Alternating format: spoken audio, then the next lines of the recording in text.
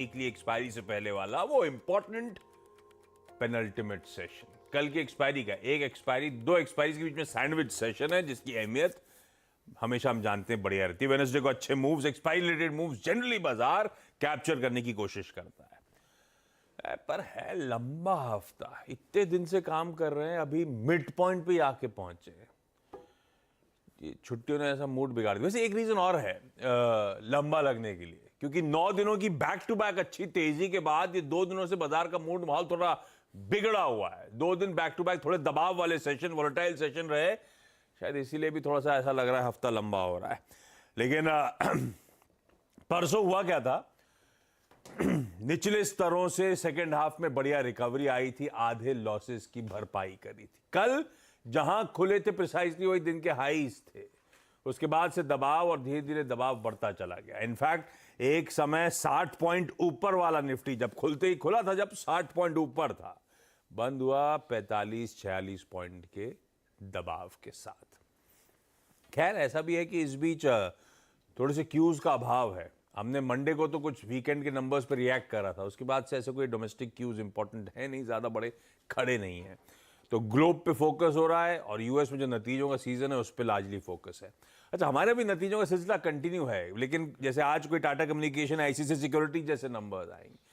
दरअसल इस हफ्ते का सेकेंड हाफ में लगातार मेंशन कर रहा था, अब यहां से नतीजों से अगर रिलेटेड कोई डायरेक्शन बाजार अवेट कर रहा है, अब आएगा। कल एचसीएल टेक, परसों रिलायंस इंडस्ट्रीज, सैटरडे को आईसीआईसीआई बैंक, ये सब नंबर्स एक एक करके आएंगे और ये इंपॉर्टेंट मूवर्स होंगे बाजार के।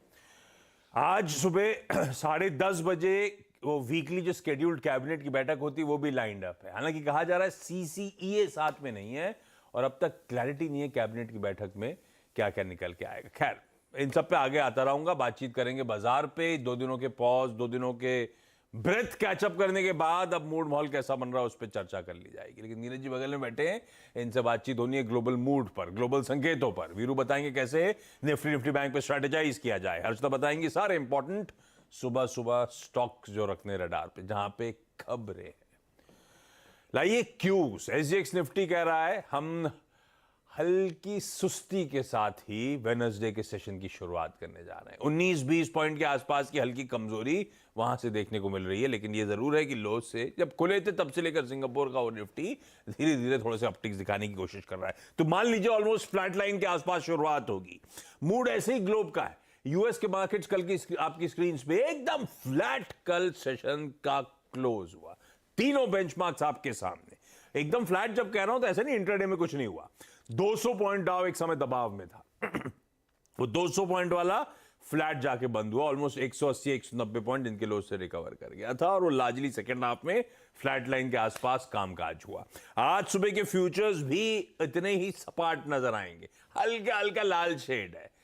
तो जो तब और अब है आपकी स्क्रीन पे, कल जब क्लोज हो रहे थे तब 1/4 से 2/3 फ्यूचर्स उछाल में थे, पर उसके सामने कल का सेशन, आज सुबह के फ्यूचर्स पस्ती है। तो थोड़ा सा जो पस्त सा मूड दिख रहा है आपको तीनों फ्यूचर्स में, जो 3:30 बजे कल था आज सुबह 7 बजे है, वही डाइजेस्ट हो रहा है। वैसे ही पस्त आपको एशिया नजर आएगा, वैसे ही पस्त एसजीएक्स निफ्टी खुलने के इंडिकेशंस दे रहा है।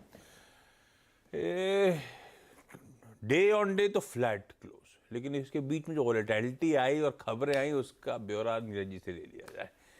क्या चल रहा है? बॉन्ड चल रहा है आजकल।